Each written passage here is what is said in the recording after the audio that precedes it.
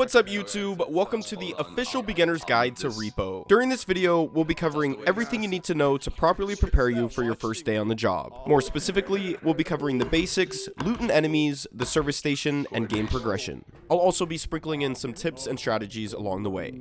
Let's get started. Oh no, run. Oh god!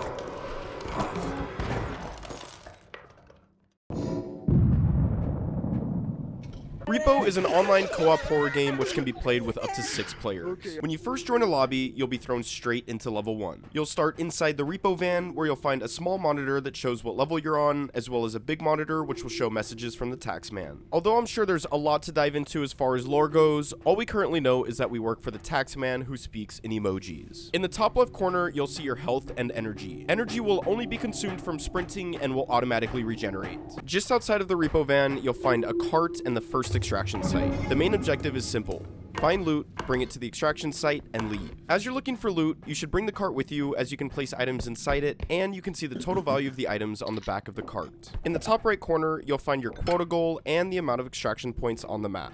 Once you've loaded your cart up with enough to hit quota, bring the cart back to the extraction site and it should automatically be withdrawn. Once all extraction points have been completed, you can head back to the REPO van and leave.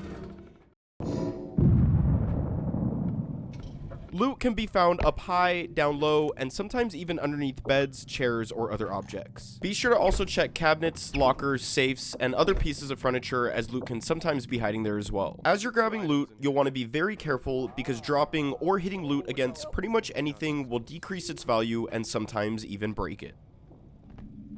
Oh! Some items will be light, some will be heavy, and some will be too heavy to carry on your own. In that case, you'll need extra strength from a teammate or teammates to pick up and carry the item. You can also push items with your body, which is especially useful for moving and angling heavy objects. Usually, me and my group will put small items in the cart and we'll bring big items straight to the extraction site. Just be sure all items are fully packed into the site, because if too much is sticking out, the item can break and you will not have a successful extraction. As a side note, the more you go over your quota, the bigger the bonus, so don't be afraid to load up the extraction site even if it's the first one. For small items, you can use your mouse scroll wheel to bring the item closer and push it further. Usually, if I'm looting a room with a bunch of small items and I don't have the cart with me, I'll use this mechanic to carefully place items down on the floor. Also, if I'm ever sprinting with an item, I always push it away to prevent the item from hitting me. For big items, you can hold your right mouse button to rotate. This mechanic is useful when you're trying to properly angle an item through tight spaces. While you're on this journey to meet quota, you're bound to encounter some enemies. There are a lot of different enemies you can run into, all with different strengths and weaknesses. Some enemies will chase you, some will pull you, and some will even go after your loot. As a general rule, you should always crouch whenever you run into an enemy to make it harder for them to see you. You can also hide underneath objects like chairs and tables to make it even harder for enemies to see you. When it comes to killing enemies, I've found that using grenades and explosive mines are the most effective. You can also use loot or other objects around the map to swing and hit enemies. By pressing Q, you can shrink yourself into an object. This means your teammates can pick you up, move you around, and even use you as a weapon. You can also launch yourself forward by sprinting, jumping, then shrinking yourself into an object. This mechanic can be used to launch yourself towards enemies to hurt them, or used to launch yourself away from enemies to get to safer spots. If a teammate ever dies, they can be revived. Whenever a player dies, they'll drop their head, which you can simply bring to an extraction site, and once you have a successful extraction, your teammate will be revived. Remember, there is no time limit during these levels, which means you can take as long as you'd like to complete them. After every level, you'll be taken to the service station. Here, you can buy health packs, skill upgrades, and weapons. There are a handful of skill upgrades that can be purchased, such as increased speed, better stamina, and even double jump. I usually stick with the stamina upgrades during the early game, as they're cheap and they make a pretty big difference. There's also a variety of weapons, including stuns, grenades, melee weapons, and other amenities. Place your desired items on the extraction site and hit the red button to purchase. The items at the service shop are randomly generated every time you come here, so if you see an item you want, you should buy it, as it might not be there the next time you go. Just make sure you're being smart with what you buy, because prices will increase every level. Once you leave the shop, you'll find all your purchase items inside the REPO van. Health packs and skill upgrades can be consumed by pressing E, and weapons and amenities can be placed in your inventory by holding the items and pressing 1, 2, or 3 on your keyboard.